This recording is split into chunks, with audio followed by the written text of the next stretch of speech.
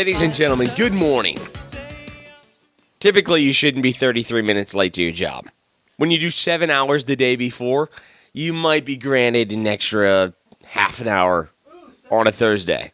Yeah. Oh my gosh, what 7 hours of sleep feel like? I don't even think I got 7. But we're gonna do the next 90 minutes. We're gonna have fun. Dana Ford's gonna join us at 10.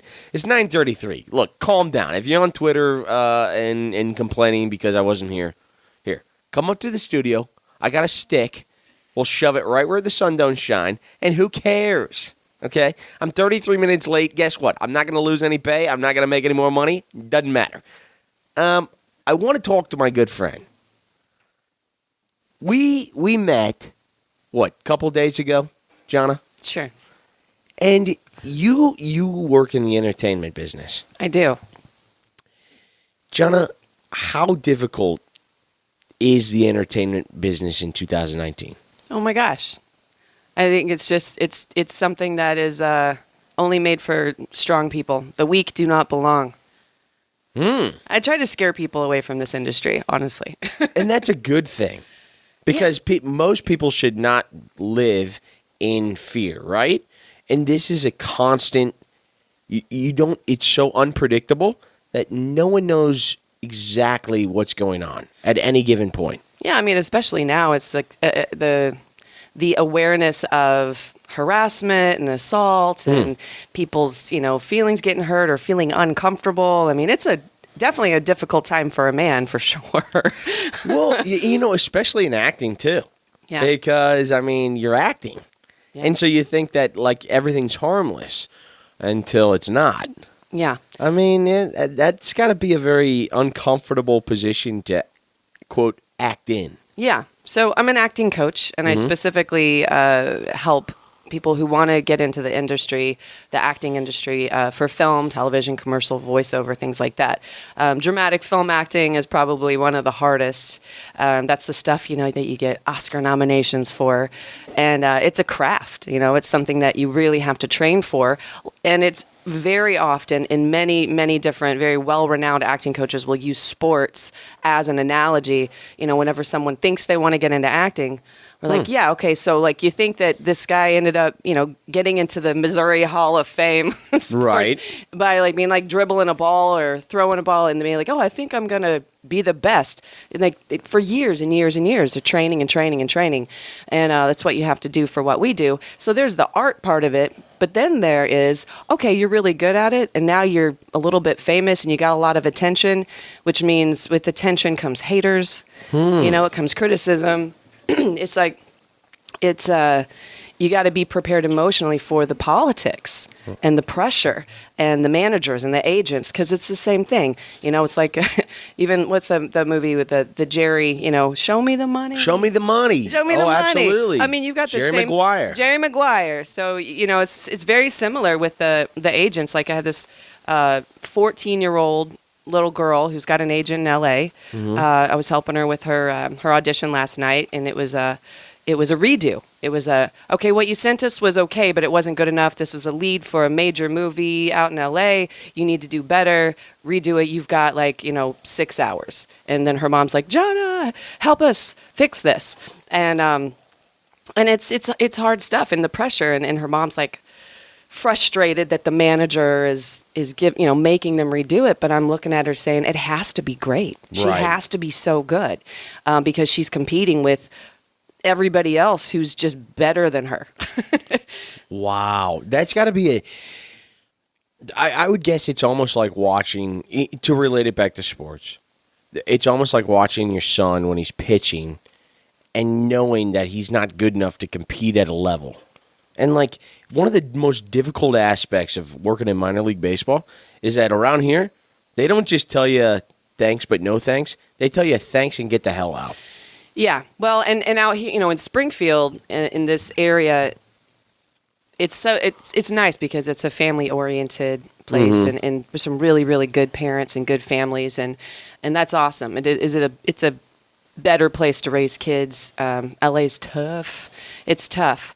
And but at the same time, tough, or it's just emotionally tough. I lived out there in in the southern, like Los Angeles area for 5 years, and then Capistrano Beach for 5 years before that. And my kids were in elementary school and middle school, and just the drama, the soul torturing drama of kids in public school, and what my daughter's friends were going through, which was basically they were bored because their parents were so rich and gone all the time. Wow. So they just travel. Or they're just struggling. Dory to survive. can relate. Man, yeah, traveling a lot for sure. And so just as a kid in general, it's tough just to survive. And out here, like, for example, this little girl I'm talking about, great mom, great family. And then they get these auditions for these kids' roles that are these characters that are tortured teenagers, or they've got issues. And I'm like, all right, how are we going to relate? How are we going to figure this out? Because, you got a good mom and this character's mom's a bad mom. But Jonna, let me ask you, in the sense, is that make you more appreciative when you're able to coach somebody to accept those challenges and get better? Like, because they have to fully engulf what the role plays, right? And when they're not necessarily suited for it, man, that's tough. So talking about like the little kid who's the pitcher and the parent, is like, oh, they're just not the best. I mean, my kids did, football and Mighty Mites and, that kind of stuff. Sure. And I was the loudest one there, even if they weren't the best one. I was the loudest parent. And I think this is where I was going with that. Some of these parents, the good parents, they're cheering their kids on and they're like, you're so good. And I have to be this heartbreaking reality to the parents sometimes where I'm like, I like your kid, but I just don't think you understand what you're up against. Like, we're going to have to step it up. I mean, they're okay. But is that the most difficult conversation? So, yeah. Yeah. Definitely. Most definitely. Because you don't want to crush their souls, but at the same time, I'm like, I don't think that you're ready for this. You don't understand how much work and training. Gosh, gymnastics. Sure. These kids that go into gymnastics and ice skating start at a young age. They're there, 7 days a week? I mean, working their butts off. And in the long run, you're actually probably saving them from the detriment that they'll somehow face. Yeah. That you're trying to be like, hey, look, Yeah. you're not necessarily built for the road. Right. Well, and this little girl, she's been in the theater scene and done stuff for many years, since single digits or whatever. And I've seen her grow. And my friend Jeff, he asked her last night. He's like, "So, how bad do you want this?" Because Good question. We're sending off her audition to LA. How bad do you want this? 1 to 10. She's like 11. I'm like, all right. Let's get to work. She wanted it 11 out of 10. That's what she said. So she's so hungry after it. That's what she said. Let me ask you a question about agents. Because do agents have your best, do they have your best interests in mind, or do they have their wallet in mind? Ooh, that's a really good question. Thank you. I think there's a lot of agents out there. I mean, in sports, acting, writers, directors, a lot of agents. I think that there's a difference between a bad agent, mediocre agent, and a good agent. And I think that obviously they need to make money. And if you make money, they make money. That's the way it's supposed to work.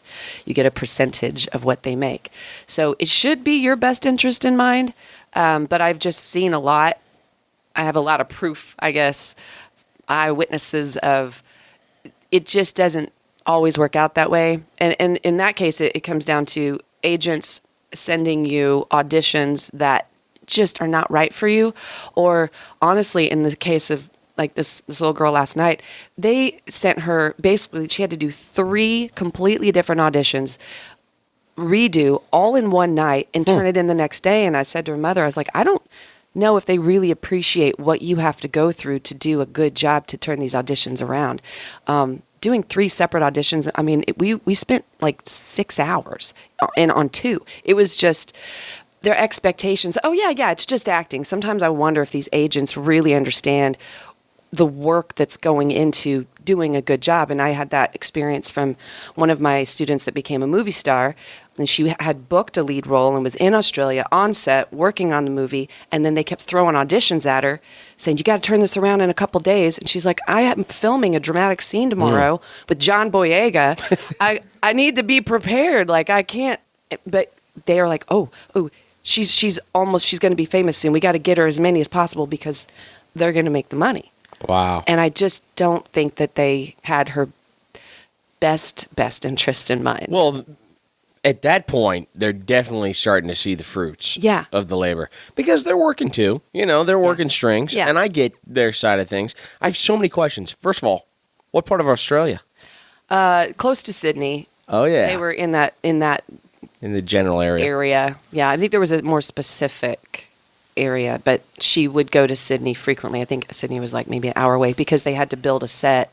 It's for the movie Pacific Rim Uprising, so they had to build this big outdoor set with the big green screen to do a lot of stuff. And so, anyways, do you think live is sometimes, I don't want to say easier, but you can't go back and watch a recorded piece and before you send it in, before you hit the button, say go back and watch it 9 times and be like, is this the copy I want to live by?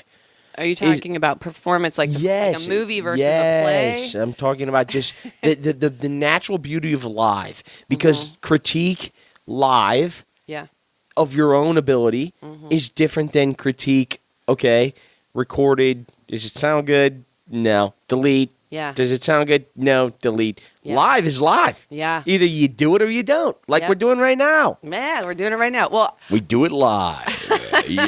Coming at you live. Yeah. I want to somehow you find a sports analogy here, and right. then I'll address live theater versus on camera acting, and we'll just stick it with film. We'll just keep dramatic references.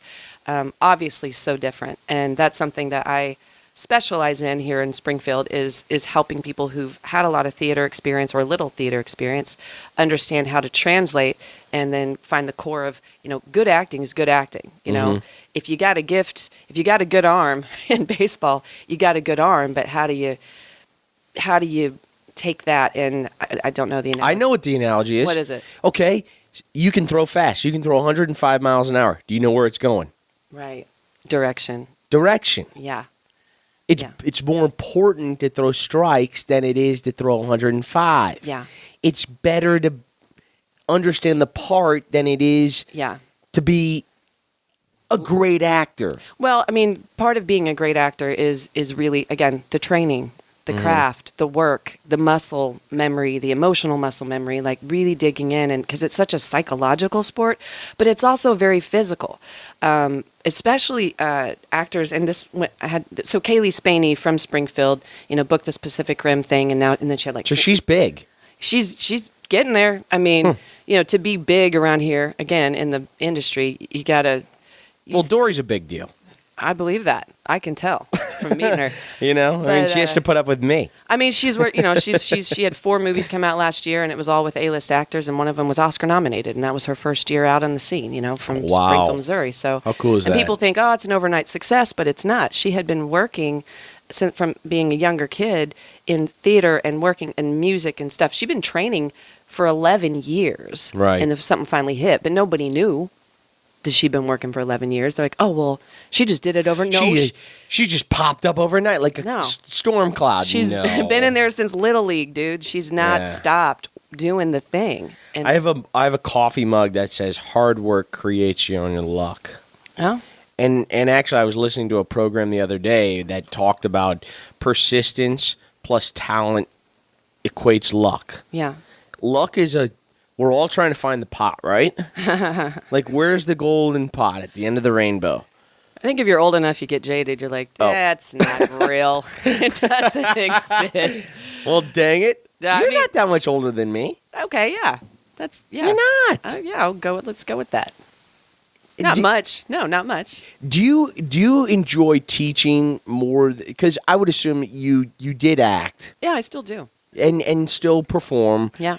Is it simpler in a way to teach, or is it more frustrating because it's like, ugh? Well, it's very frustrating and rewarding, and it depends. You've got the people that come in with no experience, or they think that they knew, and like I had a private lesson student, because he's a beginner, so I'm like, well, I don't have a class to put you in, but I'll do some assessment. Let's see how fast you can throw that ball.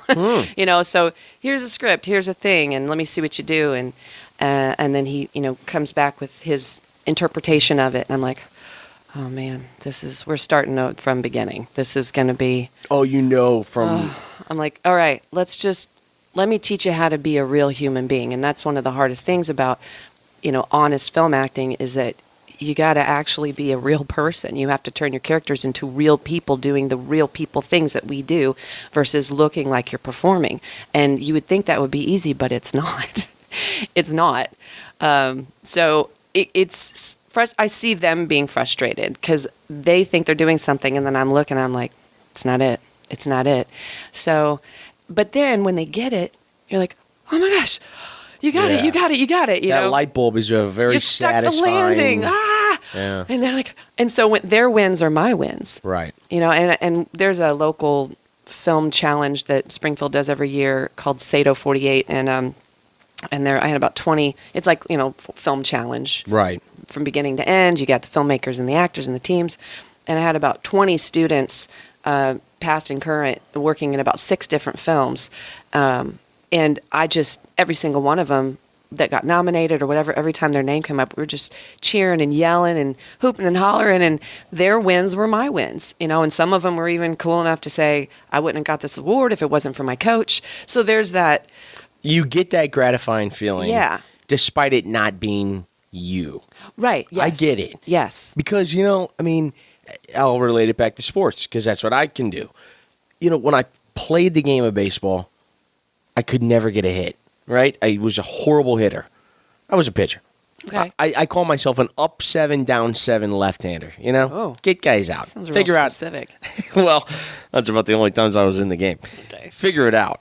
But when I coached the game, there was a whole nother level because I understood the game. I was taught the game by guys who had played it at the highest level. I mean, there was an understanding there, and I would tell the guy the same message 15 times. And on the 16th, when it clicked, there was a brilliance that I saw. And I was like, capture that. Yeah. Understand what you just learned and how you learned it. Because it doesn't matter if it takes 200 attempts, 201, 2. When they get it, it's a really satisfying feeling. It really is. And, I had my students, even though I look like a nice person. You are. I am a nice person, but I'm tough. I'm tough. And it's interesting because there's some other acting coaches that one of them was established here for a long time, Scott Arthur Allen, and he passed away a few years ago. And then there's another coach who's a friend of mine named George Cron. And these are like older dudes, older guys, and they're theater guys, they're actor guys, and they're strong. It's like, they could yell at you and make you cry, and then you'll still come back. But when the woman's yelling at you, I don't know if it's triggering mommy issues or whatever. Oh my gosh, yeah. Because believe me, my students, I'm like, no. I'm hard. I'm like, you're not. I've told you this. But it's constructive. Yeah. It's not just flat air. No, it's not like I hate you. It's like, you're not listening to me. Right. Listen to me, and you need to step it up and stop being so afraid. Let it go. And it gets kind of intense sometimes. And not too long ago, in my class, some actors brought their scenes, and like the first set, they did their scene, and I was like, oh my God, that was good. Like, shocked. I'm like, am I going soft? Like, what is wrong? That was really good, you guys. And then the next group, they did their scene. I was like, okay, what's going on here? So you're a good teacher. I was like, are you guys actually listening to what I'm saying? And you're actually applying it and doing the work? Holy crap, you're showing up, and this is really good.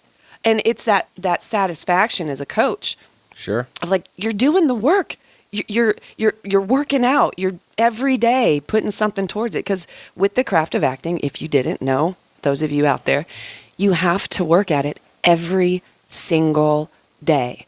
Even if you have class once a week, if you think that you're going to just show up to class once a week for like 3 hours and have a career as an actor, maybe locally in like commercial work, maybe, but not a career as a professional actor.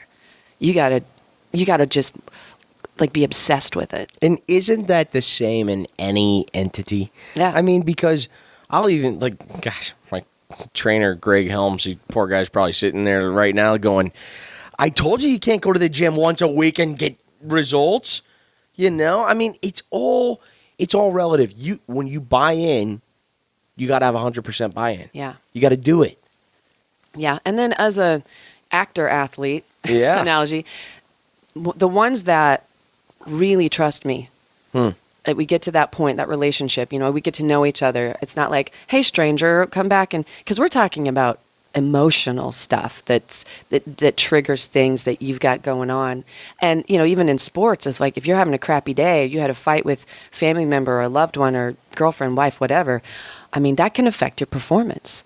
Did you ever see a shrink or? Yeah. Did you have to find this yourself or what's going therapy, on? So much therapy. I know I've had so much how many days therapy. a week did you go to therapy? Oh God. Well, I mean, you go in like little spurts and phases. Howard Stern says he goes like 4 times a week. Oh God, I would. I was really excited when it was about 12 years ago, something like that. I started going to a shaman actually, who does energy work. And does stuff that I can't completely understand, but he's got these gifts that Did you notice results? Yes. I think I need to go see this. I mean, I was raised in the church and whatever, and there's like, you know, prayer and crying and all that. But once I found this alternative metaphysical kind of way of dealing with things, it really was great. But then the shift, it was when I started the acting studio 4 years ago. Started watching videos with like TED Talks and speakers who were talking about how, like, just the power of your positive thinking, the power of the mind. Yeah. Eckhart Tolle, you know, power of now, all these different things where what you think and what you say to yourself, your self-speak, and like forgiving yourself, loving yourself, that made all of the difference. Wow. It was huge, because we're all struggling with sad stuff. Sure. And as an actor, your job is to go in and suffer for a character, to feel this pain and go through all this stuff. And if you don't have your stuff together and you are not finding a way to process that, because you hold on to some of those characters' things sometimes. And yes, everybody knows. I mean, we've lost a lot of really great actors to suicide. And I look at my actors and I'm like, not on my watch, you guys. Not on my watch. You need to get it together. And all of you need to be in therapy, because we just need that. It's like part of the training. We're processing all these emotions from these characters. It gets up in our head. It sticks to us, and we have to flush it out somehow and let it go and reset. And so the chakras and the energy, positive thinking, all that stuff has been the most powerful therapy that I have learned in my life. You know what's amazing? Oh, we're going to have to hit the top of the hour break. You're going to stick around. Yeah. But I have to just say that acting, you know, this is showbiz. Yeah. And a lot of people in this market don't get that this is showbiz. Yeah. This is entertainment. Mm-hmm. Mike Shannon, who calls the Cardinals games, once told me, "Big boy, if you're not having fun, what the hell are you doing?" Yeah. And it's hard to remember that you're having fun. You know, when it's all a storm cloud is constantly over your head, it's like, Yeah. All right, we got to hit the top of the hour break. Jonna's in studio. Jonna Volz. Yeah. Jonna Volz. Yeah. Where can people get a hold of you if they need to, if they've got a son or daughter in acting? And actingforreal.net. Acting just like FORREAL.net, and has information about my classes and stuff. And yeah. I think she's a part-time shrink, too. I am. I actually have a sign in my studio that says, warning, I'm not a licensed therapist, but I will act like one. It's a warning sign. I love it. Oh, well, you know what? Thanks for persisting through the adversity we faced this morning. 33 minutes late. But you know what? We're having fun this morning. 9:57. Dana Ford will join us at the other end of this timeout here on Jock 98.7. All righty, 10:02 here on Jock 98.7, and we are having fun with Jonna Volz in studio with us, and one of my favorite people in town, and he knows this. He does. It's Coach Ford, Dana Ford. Coach, how you doing, man? Good. How you doing? You know what? I'm having so much fun this morning. I got an acting coach in studio. She's like my half shrink. I think we're going to set up some lessons. You know me. I need some shrink lessons now, Coach. Hey, Coach. This is Jonna Volz, acting coach. I had a coach-to-coach question for you. Sure. First of all, I love, like, the more I listen to you talk about just the endurance of what your athletes have to do, I'm like, acting analogy, sports analogy, it's all the same. I mean, just what we were talking about earlier is like what the actors have to do. It's like if they're not working on it every single day, if they're not, throwing 500 threes a day, whatever that means in the acting world, which is like they're just not going to get better. But what about this? Do you acknowledge in the field that you work in the it factor? Do you know what I mean? Yeah. I mean, we talk about that all the time. Yeah. So one of the challenges. Go ahead. Yeah. Well, one of the challenges I come across sometimes is you find one of the talents, and they have the it. They got the look, they got the personality, they've got natural ability, but they don't have the responsibility part figured out yet. Where it comes easier to them than maybe other people, but they're kind of a little bit of a train wreck. And then you've got the people that want it so bad and they show up and they do the work and they're very studious, but it's harder for them. Like, how do you address that when you've got someone with natural talent versus someone who doesn't, but they work harder? So what we try to do is we always try to get our guys to train like they don't have the natural talent, and that's not always easy to do, because you look at on our team next year, we've got a guard and a guy by the name of Tyreek Dixon. He's just naturally good at it. And then this past year, we had a guy, Josh Webster, who's had to work at it his whole life. He started off at Division II and had to really work his whole way to get to Division I. And what we always try to tell our guys is the moment you go head-to-head with that person that's really worked for it, they're probably going to beat you. And most of the time we're true on that. And I think really the art of coaching in college is getting those guys that are naturally talented to get them to work as if they had no talent. And I think there's some coaches in the country that are better at it than others, but at the same time, you've got to encourage those guys with the talents to use the talents. It's not a bad thing to be talented, but what becomes a problem is if you don't work on your craft over time, somebody's going to pass you by. And that's right. Michael Jordan is the best example. I think there are way more talented basketball players than Michael Jordan. Like when you think of people like the Dominique Wilkins of the world, maybe the Sean Kemps of the world, but Michael Jordan took his talent and his hard work, and he just surpassed everybody. And he's the example that we always use. So nothing wrong with talent. It starts with talent.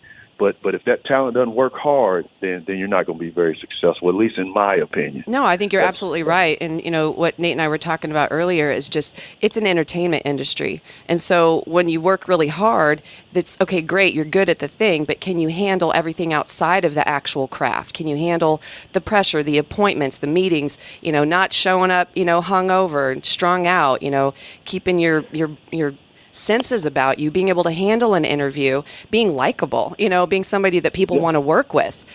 Because you'll see people on TV and on film, and my actors, we see it all the time, and we're watching something, we're like, oh my gosh, they're really not that good. How did they book that role? I'm like, probably because they're good at the marketing side of it, and they've got a good team, and they're likable, Right. Yeah, I mean, you see that in all walks of life, but no, we try to preach the total package. We're college coaches, so it's a little different for us. Majority of our guys probably aren't going to make it to the highest level of basketball, which is the NBA. So we want them to be as well-rounded as possible. We always say how you do anything is how you do everything. And for some of our guys, that's exactly true. You look at, we've had guys here this past year like Jared Dixon. He's overachieved in the classroom and he's overachieved on the court. And that's just because how he goes about doing his business.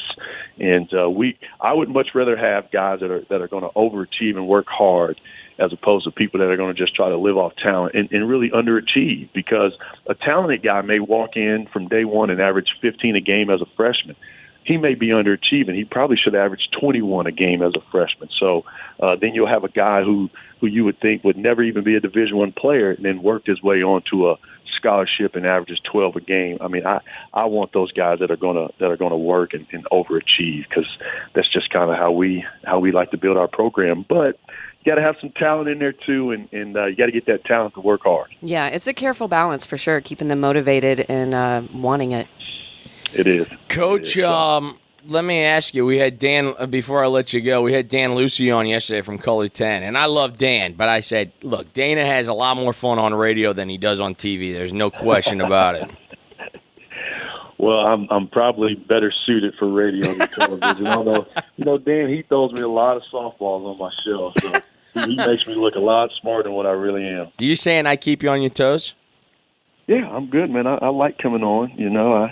I appreciate it because right now you're delaying my vacations. But, that's right, I am. I know. It's all right. If it wasn't you, I wouldn't do it. Dude. May I better take that back. I probably have to do it for art. There you go. He'd get me pretty good. Look, Coach, wherever you go, I just hope that you bring me with you because you're a superstar. I told you this all the time. You're a walking home run. June 6th, you get to hang out with Dana Ford on the team camp. It's a bargain, $250 a team. I mean, what an opportunity for the teams around here to go learn the fundamentals, play the game of basketball, and be around the Bears. June 15th, it's the father and son camp. Can't find a better bond than that for a measly $40. Are you kidding me? And then June 17th through the 20th, it's the individual day camp where we're really going to bear down and get those fundamentals and play good basketball. And 24th through the 27th, I'm going to send Advil to Bears Way, so Dana's got it for the 4 to 6-year-olds. Thanks, man. I appreciate it. Hey, Coach, always a pleasure. We'll see you soon. Enjoy California. Will do, man. I'll let you know how it goes. All right. Thank you. Bye. Dana Ford. He's the best. He's pretty good. Oh, he's sharp. Yeah. Yeah, he's not gonna be in Springfield very long. I feel like he and I were talking about the same thing. Like the more he talked about his guys, I was like, I'm a sports coach. That's what I am. I'm really a sports coach. You brought up an interesting term, likability. You can't learn likability. Maybe from your parents? Oh, my gosh. No, not even my parents like me. I mean, likability is something like the it factor that you brought up. And that it factor, I don't care if you're doing sales, if you're doing radio, if you're coaching a basketball team, if you're talking about actors, like the it factor is the hardest concept to grasp because no one has a clear definition of what it is. No, and I think it goes back to, what I enjoy learning about and exploring is like this metaphysical energy kind of thing. People talk about chakras, they do yoga, cleansing your auras and all that stuff. But there's something about, the laws of attraction. When you have when you're healthy on the inside and you have a genuine joy for something, even if it's, I just love people. I love connecting with people. I love the energy between us. Yeah. You draw people in. I mean, not that sad people can't be likable. I mean, there's plenty of examples of that, but they're downtrodden. There's something about, it's like I genuinely care about you versus I hate all the people. Everyone go away. I don't really like you. You're annoying. If you put off that energy, people are going to be like, I got the message. See you later. But if you're like, come on, man, I'm in it to win it. I oftentimes refer in my acting classes, I'll talk about volleyball because especially in improv, and whenever you're not quite sure what's going to come at you, it's like you're just sort of in that stance, where the volleyball players, right before someone serves, you're just ready. You're like, I don't know what's coming, and I don't know where the ball's going to land, but I'm ready. I'm open. I'm ready. I'm paying attention. I'm connected. I'm engaged, and I'm here. And that energy and that connection, kind of head in the game, get your head in the game. Same thing for acting. It's like you gotta not only in your actual craft and the scene work and in whatever it is you're doing that day, but just head in the game in the industry of waking up every day and going, what can I do to be better at this craft today? And sometimes, cool thing about acting is it's watching a Netflix show. Oftentimes it's new students, I'll say. Learning by watching. Watching, because with acting, a lot of times it's learning from other people, for sure. Even in class, a lot of times actors, people who don't know what this is, they think, well, I'm only acting if I'm the one talking and if I'm the one here and if I'm the one performing. And one of the biggest differences between theater and film is that the camera can read your mind. And so the nonverbal acting is as powerful, if not more often, than talking. So the thinking and the feeling and the opinions and the micro expressions and all that really sets you apart, because you can't necessarily see those things on a stage unless it's like, Springfield Contemporary Theater where you're right up first row real close. So it's just knowing these things and watching these things and and then just getting inspired. So I'll watch shows, I'll watch actors. I just binged a couple series actually recently because I didn't know. On Netflix? Yeah, well, HBO now. So Big Little Lies with Reese Witherspoon and Nicole Kidman, and then one recently called Dead to Me, which is I just wasn't expecting that. But in Dead to Me, who was the star? Christina Applegate. Been doing it forever and ever. Dory. Thank you. Dory with the assist. What was amazing? We're talking basketball here. One of the things I was inspired about with Christina Applegate in that is every single episode of the 10 episodes in like 30-minute episodes in the first season, she was crying like not just like tear, not like pretty crying, like ugly crying because of the nature of the show and the story. I was like, and me as an actor looking at her going, oh my God, to be able to hone that skill. I mean, that would be like, the 3-point. That's the 3-pointers. I mean, it's real. What she's doing is real. And you're like, my mind as an actor, I'm blown. I'm thinking, can I do that? Yeah. I want to learn how to do. I'm inspired by her and what she did in the show, knowing how hard it is to do that.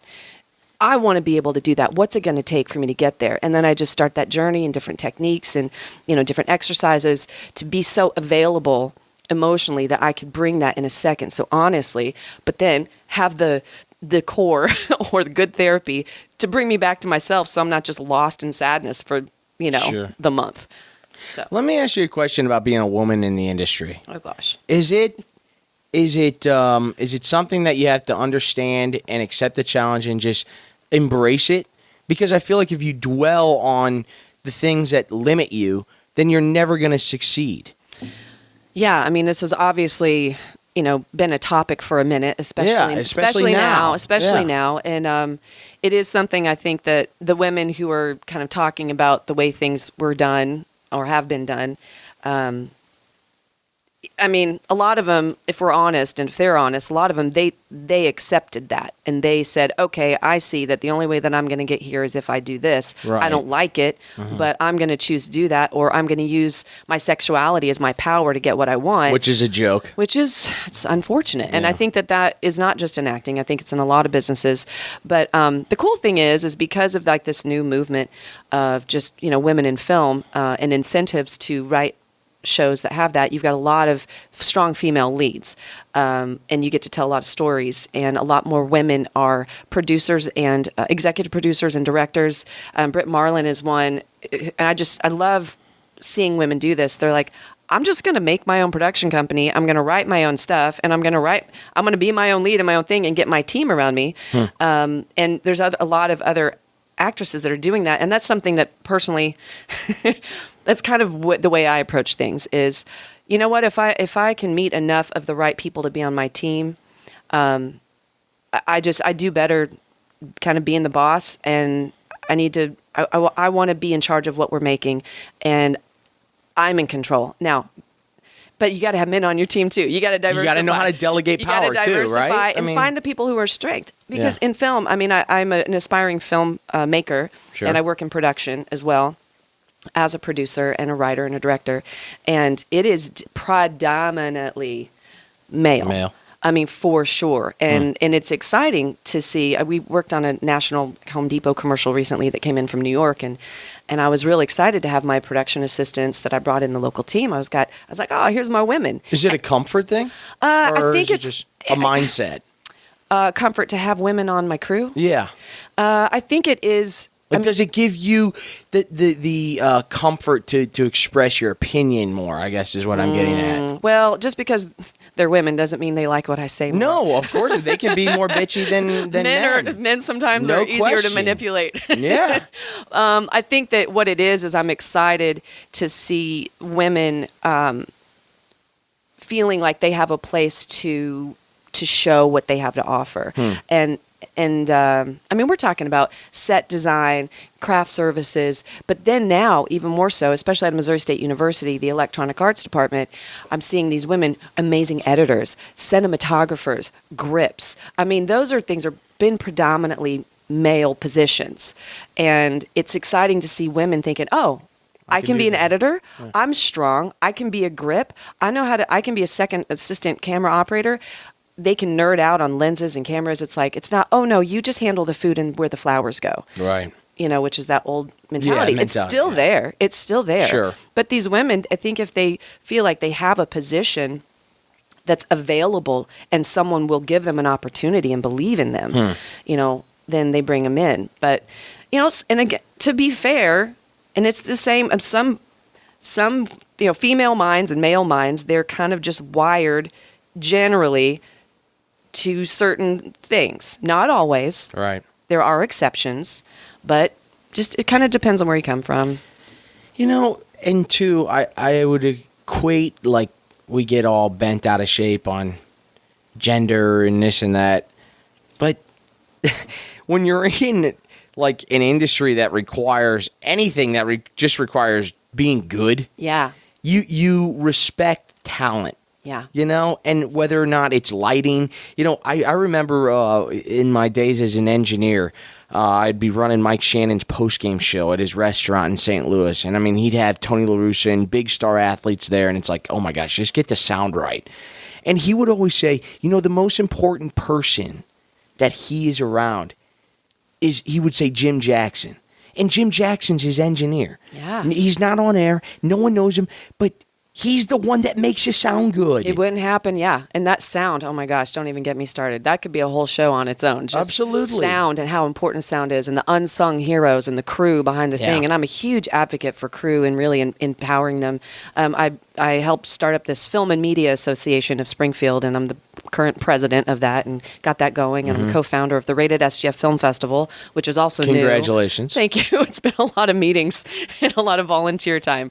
But meeting sounds terrible. I hate meetings. So many meetings, but I have meetings with really great people, and we have meetings. We talk about stuff, and then we say what we're going to do. Then we show up and do it, and then cool stuff happens, and it makes Springfield cooler. And maybe next year we'll have like a category that's like film sports movies about sports. Yeah, and we'll bring everybody together. So, do you feel like you're making an impact? Oh gosh, I think I am. People tell me that I am. I think you are. I think I want to make a bigger impact, but I'm acknowledging after 3 years of meetings, and the more you put yourself out there, the more people have an opinion, the more gossip, the more interesting interpretations of the truth are out there. Rumors. I'm a nice person, but like I said, I can be kind of tough and unapologetic. Especially when I first came in from LA a few years ago, but and people sometimes don't like that. They're off-put by that. Sure. They think I'm full of it. What does she know? Who is she? Why are we listening to her? And people's egos get ruffled. And I just try to keep reminding people that I'm here for everybody. I'm advocating for everybody, but I'm not going to tell you that you're great if you suck. Right. I might tell you I like you as a person, but I don't think that your quality of work is something that I'm going to say is great. And whether that's an actor or director or producer, or you know what, you do a good job at producing this thing and directing this thing, but you're kind of just a dick. I'm sorry. Could I? I don't know if you. Yeah, I mean, Dick Richard. Yeah. You're Dick's is just a name. You're like Dick Richard, man. You're kind of sorry. I love it. But it's like I just like you're narcissistic, and I don't like being around you. And every time that I am, and again, the male female thing nowadays, I feel like more men, especially in relationships and stuff, they are more sensitive now, and they're more needy now. And even though in the past they've been wired to be tougher emotionally, and don't show your true side. Don't show your colors. But in this industry, entertainment industry, whether you're a director or an actor, there's an ego that is attached to that makes it work. But you have to have it. You do, and you have to be given a chance to shine and to accept that. Again, if you don't have that confidence, I don't care if you're out there pitching or you're in here talking or you're over there producing. Confidence breeds success. Yes, however, sometimes, you can fake it till you feel it. There's arrogance, and then there's confidence because you've earned it, because you feel confident that you can do the thing. Now, I go in, I try a new class, a new idea, try a new project, and I'm like, I don't know if this is going to work. And I'll tell people, I'm like, guys, this is an experiment. And if we do well, great. If we don't, and then it turns out, oh my God, that was really good. Right. You know what? If I did that, I can do this again. And I can walk in with confidence because I had the experience of knowing that I did something that I feel like was received well. Where do you find your namaste? Do you do yoga? Are you into fitness? I mean, you're very fit. I mean, what do you do outside of your real world to keep you sane? Well, I talk about doing yoga a lot. Oh, then I don't then you don't do it. I go, I feel like I just have a really physical lifestyle. Yeah. I watch what I eat. I'm like gluten free. I know that's annoying to some people, but my body just prefers not eating wheat. I feel like I'm on the move all the time. I'm always carrying, whether it's camera gear. I used to work in the music industry. It was like, just gear, lifting, hauling, moving stuff all the time. I would like to. I used to be a dancer. I used to work out a lot. I want to get back into it. I just need like a workout buddy. Yeah. I need a yoga buddy. Come to Mondays. Excuse me, Mondays and Fridays. Come to what do they call it? Body Shock at the Meyer Center. Oh, that sounds cool. It's fun. Yeah, I enjoy that a lot. I like hiking. I like getting out into the world. I like rowing. Sure. Like rowing. It's not so rowing. It's kinda... warmer weather definitely allows. I mean, being outside. You like being outside. I do. I'm such a city girl, but I have this. I get a lot of just centeredness. A ground, like the being out in nature grounds me. Went to Hercules Glades with my kids not too long ago, and we roughed it, man. We were like kind of brought almost everything we needed, but we were like getting creative on making food and burning sticks and just the hike. Yeah. Fun to get off the grid every once in a while, isn't it? Yeah. And just to be humbled by the earth. Yeah. Oh my gosh. It's so, I guess it's humbling. Yeah. I mean, the world puts you in a place very quickly that you can't learn otherwise. Yeah, well, as Americans, again, this ego, we're ego, confidence / arrogance, well, we just, But to be the best, you got to be the best. You got to let yourself be humbled. And also, if you see someone else who's just better than you, instead of hating them for it, you're like, what can I learn from you? Can I be your friend? Can I watch you work? Can we work together? Because you're awesome. What happens when you're better than everybody? I don't think that's not That's possible. what I ask Dory every day. I say, what do I do when I'm better than everybody I talk to? Then you seek people to put around you that will challenge you. Like, what's the next new challenge? Well, I keep trying to find the challenge. I can't find it. Yeah. I'm a heat-seeking missile. I like that. I'm going to use that, heat-seeking missile. I can relate to that one. It's pretty exciting stuff. Always learning, always growing. The toughest thing as far as the entertainment industry, whether you're in sports or you're a performer or actor, is being able to take the heat. Yeah. Talking about heat, taking the heat. I don't take it very well. Taking the haters' heat. It's for me. Oh gosh. I mean, Kaylee Spaney, we talked about before she booked Pacific Rim and got on that grid and the other level.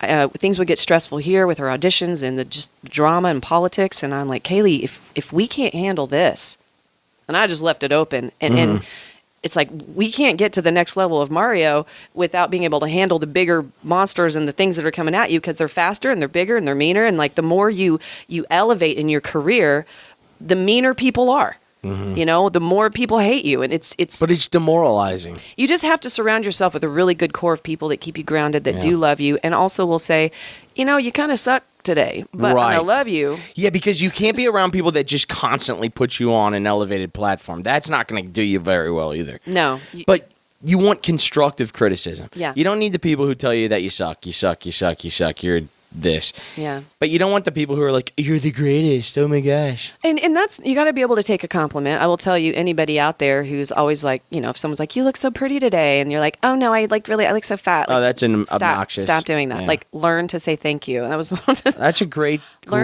message. Say thank you. Whether you feel that way or not, just accept it, because you're almost insulting them as if they don't know what they're talking about. But then, like the coach said, it's... I'll work with someone who's willing to work hard any day over someone who's really talented, because it's all about just having that energy of like, I care, you care, let's keep working. This is hard.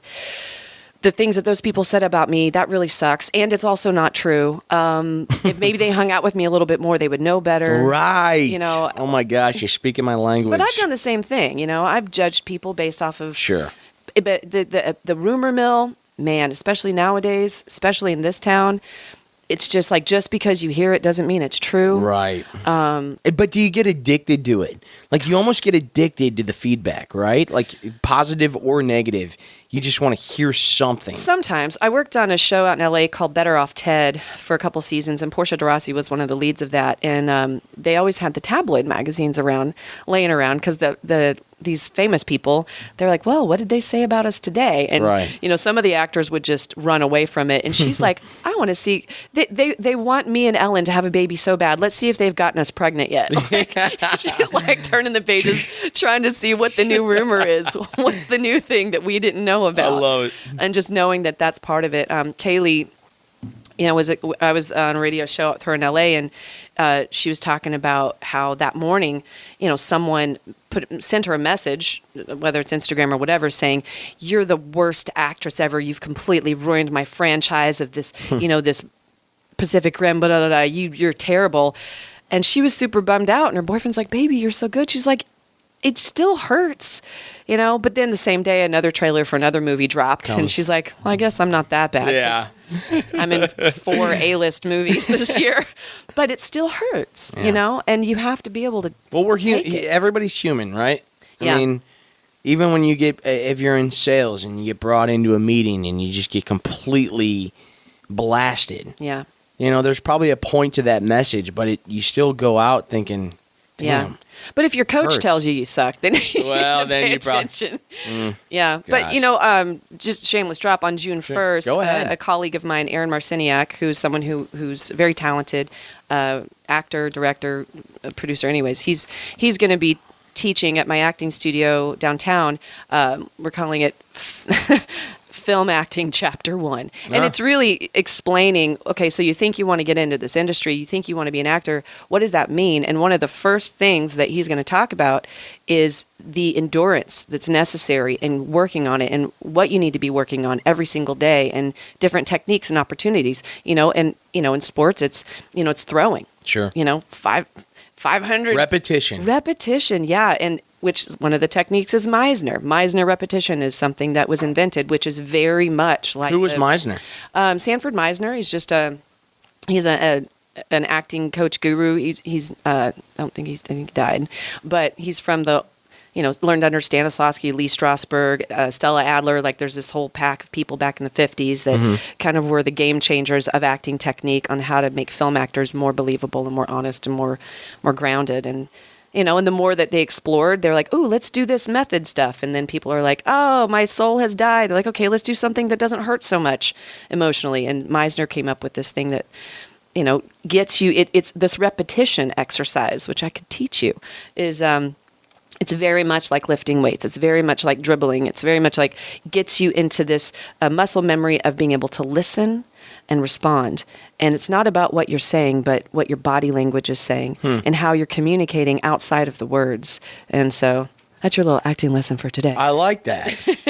But with repetition, like I always ask, I'll bring up my trainer again. I'm like, is this ever going to get easier? And he goes, no, because with each week you come, new challenges I give you. Yeah. And you have to be able to reach that higher plateau. Always. You can't, if you level out, then you fell in to the rest. And you've never made it. I mean, any actor, Dustin Hoffman, Nicole Kidman, they will always tell you, this is not something where you have arrived.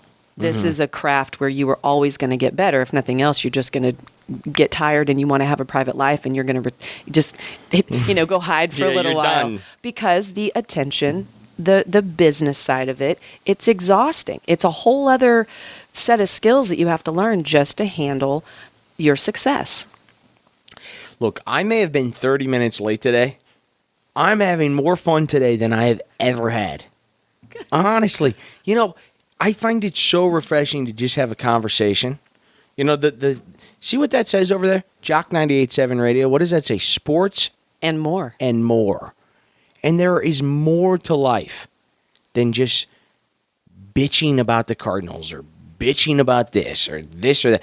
The Blues are going to the Stanley Cup final. I couldn't be more ecstatic. But I couldn't be more satisfied just talking to somebody. Cool. You know? You obviously need more friends. I will be your friend. Gosh, part of the problem. All right, 10:45. I got to hit a break. I haven't taken a break at all the whole hour. What is this? Satellite radio It's here. exciting. Yeah. All right, quick time out. Be back after these words. There are times try to save me. You may be wrong, for all I know. You may be right. You may be right. That's a good song. You may be crazy. That would be my industry. But it might just be a lunatic you're looking for. Now we got to go do karaoke. Now that I know that this happens. Yeah. Since I'm I going to be sing all the your time. one new friend, Look, Dory's like the kid's crazy. We know this. I can handle this. I handle crazy. I've never received as many notes now, like during the show, than I have been with you on. Well, I'm thinking there's some people that want to get into the acting industry out there. How do they do that? Oh gosh, what did I? Just No, said? I mean, give your contact information. Oh, well, okay. All right. Not a Fair. loaded not a So, loaded yeah, if you're question. interested, so I do a couple different things. Yeah. I do private coaching, kind of if you're like, I've never done this before ever, I'll do like a consultation assessment, get an idea of kind of what your skill level is and what you think you want to do. And then, so we call that career consultation or whatever. Sure. We can do private coaching. I've got a couple group classes this summer. I'm finally opening things up to beginners. I haven't had beginner classes for a minute. And you're so- going Dana Ford style, 4 to 6. Yes. Does Advil come in those? Oh, Lord. No, I love working with kids. I don't have my kids' camp. It'll probably be in August. I haven't picked the dates yet. But, I've got a Saturday workshop. So June 1st is that, film acting chapter 1. Sure. June 8th is like emotional availability, which is a really important thing. That's a workshop. And then I'm going to do Tuesday classes. Wednesday evenings from 6 to 9. We're doing scene work in June, and we're doing self-tapes in July. Where do you do all this stuff? What's going I on? have a couple rooms in the studio above Jimmy John's downtown on Walnut. Nice. Across from Right on Walnut. Mud Lounge. Oh, I right like there, Mud Lounge. conveniently, right across the street. Yeah. So it's a nice little hang after acting class because my students are adults. They're from teenagers to Right. 14 to 54 or older. So it's exciting. So if you go to actingforreal.net, which is acting. FORREAL.net. It has those new things, and then you can contact me. I'm on Facebook. I also do local casting for production companies that are looking for talent. Don't say you're on Facebook. There's 1,000 people now that are looking up Jonna, Jonna. Jonna Volz. Green Glass Casting is my professional casting profile. So if you hit me up on there and you're Is like... it a talent page or your personal page? That's my business one. Good. Yeah, my personal one, I just... if hide I don't that. know you... Yeah. Don't accept. But the things that I do professionally, I posted on the Jonna Volz one. And then I work with production companies to help them find the people that they need for commercial work. And also I help productions find crew through the Film and Media Association. So I love being in it. I love just in it on all sides, in front of the camera, behind the camera, coaching the people. I have like a voiceover job for the National Headache Society, got an informational thing. What do they pay you? What do they pay me? Yeah. Oh, To do voiceover. it depends Like on big money, It huh? depends on the job. If it's I've heard that's the best. it can go from a little bit to a lot. If you're doing audiobook stuff, Yeah. probably the lowest you'll get paid is $100 per finished hour. Finished hour. If I made $100 in a week. We got to get you a headshot. So that's another thing is on June 2nd with Jeff Reidner, if you have a good professional headshot with a decent photographer, I don't mean a selfie with your Sure. phone, even though portrait of the new Matt iPhone. Church took a really good photo. I'm in the media guy to the Cardinals. I feel very confident about that shot. If I see the color of your eyes, the color of your skin, general idea of your body type, you can make $500,000 just cast Yeah. from your picture. I know. There's a Capital One commercial that they're shooting here next week, and they're asking me to help them find talent. And it's like a couple $100 in a day. And it's really rare to be good looking in radio. Yeah. I know. How did you Thank do that? you. Were you calling me good looking? I was agreeing with Thank you, Jonna. And you're accepting the compliment, even though you invented the compliment before. Exactly. That's what I do. I lead you into the bridge that allows me to be complimented. I'm not going to disagree. You're good. I can get you work. If you can get me a headshot, I can get you some on-camera commercial work, and then you can also talk well. So you might even be able to be a speaking actor in commercial work. Oh my! See, look at you. I don't know about this accent though.